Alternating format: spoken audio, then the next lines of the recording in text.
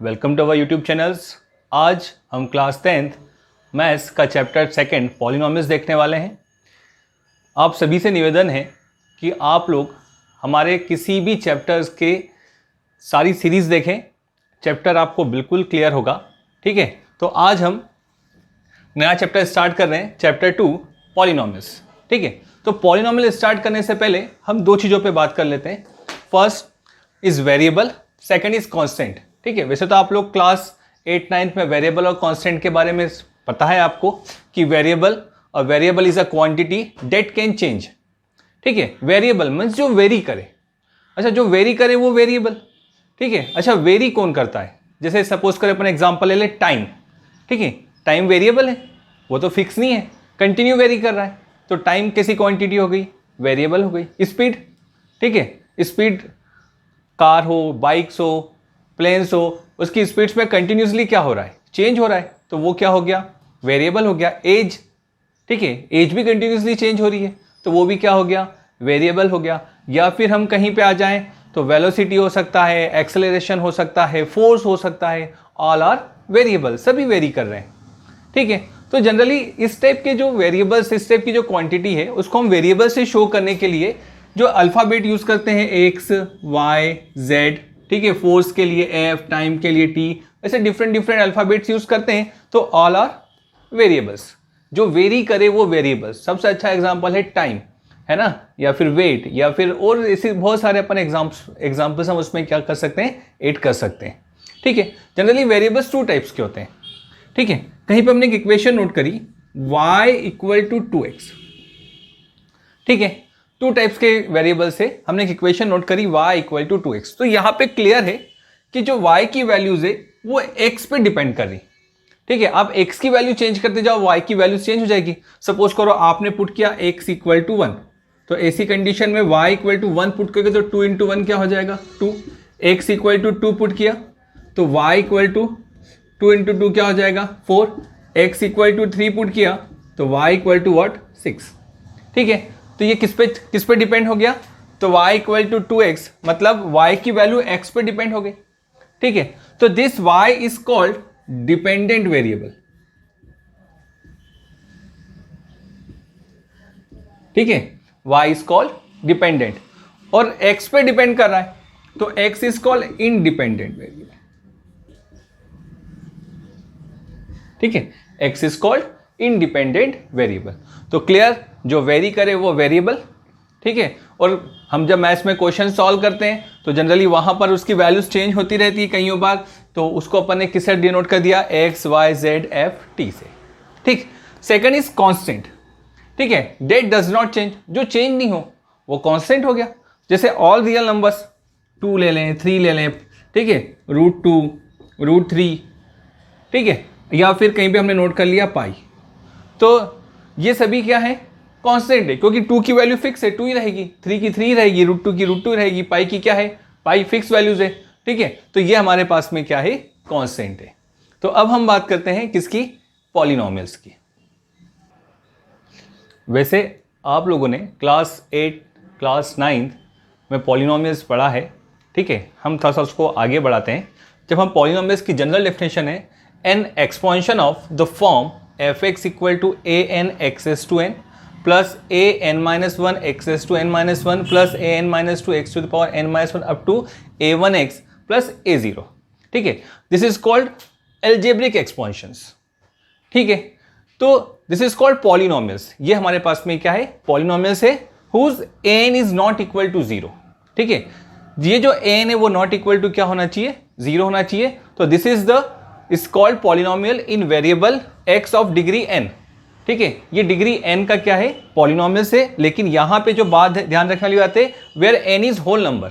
अच्छा, अगर n whole number से इसका मतलब ये है कि n की वैल्यूज क्या होनी चाहिए? 0, 1, 2, 3, 4 अप टू डेश। ठीक है, इसका मतलब ये हो गया कि किसी भी एल्जेब्रिक एक्सपेंशंस में अगर वेरिएबल्स की पावर, ध्यान से सुनना, वेरिएबल्स की पावर रैशनल नंबर्स में आ रही है या नेगेटिव इंटीजर्स में आ रही है, ठीक है, मतलब वो पॉलिनोमियल नहीं होगा। ठीक है, हमेशा उसकी जो पावर्स है वो किस में आनी चाहिए? होल नंबर्स में, 0, 1, 2, 3, 4, 5, 6 इस तरह के होनी चाहिए। क्लियर? ठीक है, और एक और जो फिक्स है कि a0, an-1, an-2 up to a1, a0 all are called coefficient of polynomials. ठीक, यहां पर ये जो a0 है ये लास्ट टर्म है। ठीक है, लास्ट टर्म में देखेंगे तो कोई वेरिएबल नहीं है, तो this is called constant term. ठीक है, this is called constant term. ठीक है, ये जो है ये जो है ये इसके लीडिंग टर्म है।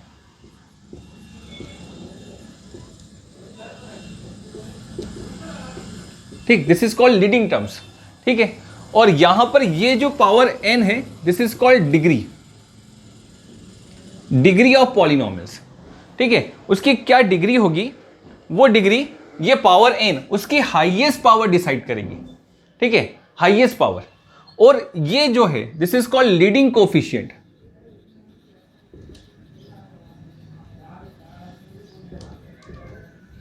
ठीक है, ये जो लीडिंग कोफिशिएंट है कभी भी इसकी वैल्यू 0 के इक्वल नहीं हो सकती। कभी भी इसकी वैल्यू किसके इक्वल नहीं हो सकती है, 0 के इक्वल नहीं हो सकती लीडिंग कोफिशिएंट की हमेशा। ठीक है, तो ये हमारे पास में जो है वो क्या है, एक एल्जेब्रिक एक्सपेंशन से, और ये 1 वेरिएबल है, इसलिए जनरली अभी आपके सिलेबस में क्लास 10th में 1 वेरिएबल्स में ही है ना। वैसे ये 2 वेरिएबल्स 3 वेरिएबल्स भी हो सकता है, पर वो अपन आगे बात करेंगे क्लास 11 12th में। ठीक है, तो दिस इज कॉल्ड पॉलिनोमियल्स। ठीक, जनरली हमने इसको fx से शो किया, या आप चाहो तो इसको px से भी शो कर सकते हो। ठीक है, px यूज कर सकते हो, gx यूज कर सकते हो, है ना। कहीं पे gy तो y के फॉर्म में हो गया, या कहीं पे आपने st ले लिया तो t के फॉर्म में हो गया, या ft ले लिया। ठीक है, तो t क्या हो गया, यहाँ पे वेरिएबल हो गया। तो ये जो रिप्रेजेंट किया, this all are what, polynomials. ये सभी को हमने किससे रिप्रेजेंट किया है, पॉलिनोमियल से रिप्रेजेंट किया है। मैं कुछ आपको एग्जांपल्स बताता हूं, समझ में आएगा। तो पॉलिनोमियल्स के कुछ एग्जांपल्स देखते हैं। फर्स्ट एग्जांपल लिया है px equal to 3x plus 2। ठीक है, this is the first example of polynomials. तो यहां पर वेरिएबल की हाईएस्ट पावर 1 है। ठीक है, और कांस्टेंट टर्म में वेरिएबल की पावर 0 है। भाई कुछ नहीं है तो यहां पे x इज टू 0 तो नोट कर ही सकते हैं, तो इसकी पावर 0 है। तो क्लियर है, तो यहां पर इसकी जो डिग्री है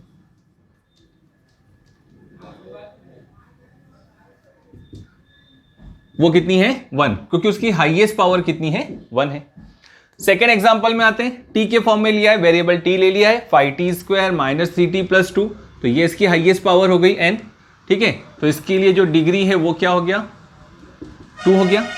थर्ड पे आते हैं, px equal to √5x³ plus 3x² plus 2x plus √1, √2 ले लेते हैं।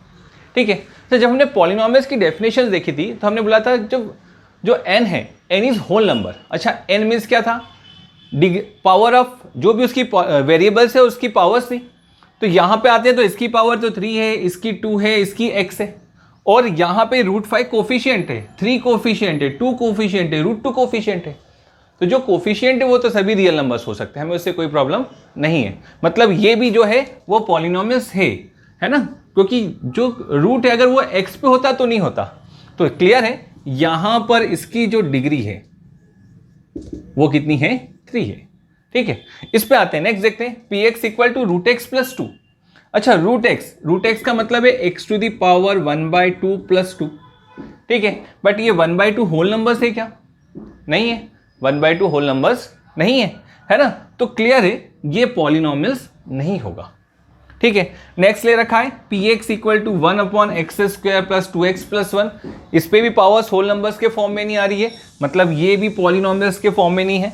px equal to x plus 1/x, 1/x मतलब ये क्या हो गया, x plus x to the power -1। ठीक है, तो ये तो नेगेटिव इंटीजर्स में आ गया, तो वो भी हमारे होल नंबर्स में नहीं है। क्लियर, तो ये सारे जो हैं इसमें फर्स्ट सेकेंड थर्ड पॉलिनोमियल्स है, और ये वाले जो हैं वो पॉलिनोमियल्स नहीं है। अगर कहीं पे रूट आ जाए या पावर रैशनल नंबर्स में आ जाए, कहीं पे ऐसा हो गया px equal to x to the power 5/2 plus 3x to the power 3/2 plus x to the power 1/2, तो ये भी जो है सभी रैशनल नंबर्स के फॉर्म में ले रखी पावर्स, तो ये भी किस में नहीं जाएगा, पॉलिनोमियल्स में नहीं जाएगा। इस चीज़ का हम लोग क्या रखेंगे, ध्यान रखेंगे। ओके, क्लियर है। अब हम कुछ टाइप देख लेते हैं। ठीक है, वो टाइप मैं आपको बता देता हूँ। चलिए, तो हम टाइप ऑफ पॉलिनोमियल्स की बात कर रहे थे। तो टाइप ऑफ पॉलिनोमियल्स केवल पॉलिनोमियल्स की डिग्री पर डिपेंड करता है। ठीक है, जनरली कुछ टाइप्स नोट कर रखे हमने, linear polynomials, quadratic polynomials, cubic polynomials, by quadratic polynomials. ठीक है, तो लीनियर की जनरल डेफिनेशन है कि a polynomial of degree 1 is called linear. ठीक है, अगर डिग्री 1 हुआ तो लीनियर है ना। क्वाड्रेटिक के लिए डिग्री 2 हुआ तो क्वाड्रेटिक, अगर डिग्री 3 हुआ तो क्यूबिक, डिग्री 4 हुआ तो बाय क्वाड्रेटिक। ठीक है, तो फर्स्ट वही लीनियर पॉलिनोमियल्स की डेफिनेशन नोट कर रखिए। उसका जनरल फॉर्म है p x equal to a x plus b. अच्छा, यहां पर एक्स ये जो है इसका लीडिंग कोफिशिएंट है, तो लीडिंग कोफिशिएंट ए हो गया, तो ए की वैल्यू नॉट इक्वल टू क्या होगी, 0।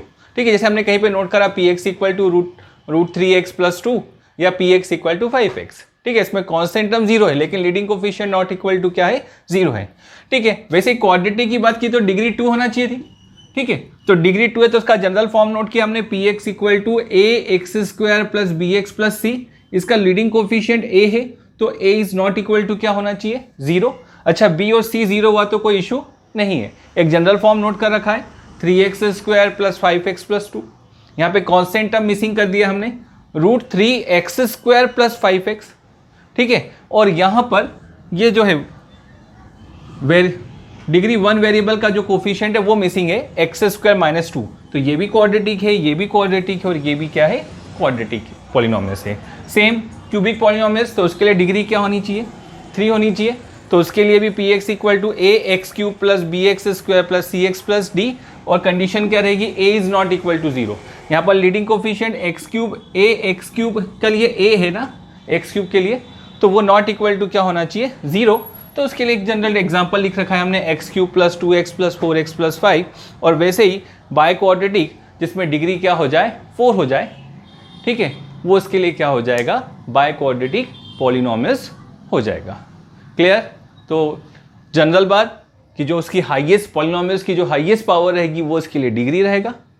ठीक है, और डिग्री से हम उसके टाइप्स डिफाइन किए हुए हमने कुछ, linear, quadratic, cubic, by quadratic. Linear degree 1 है तो लीनियर, डिग्री 2 है तो क्वाड्रेटिक, डिग्री 3 है तो क्यूबिक और डिग्री 4 है तो बाय क्वाड्रेटिक।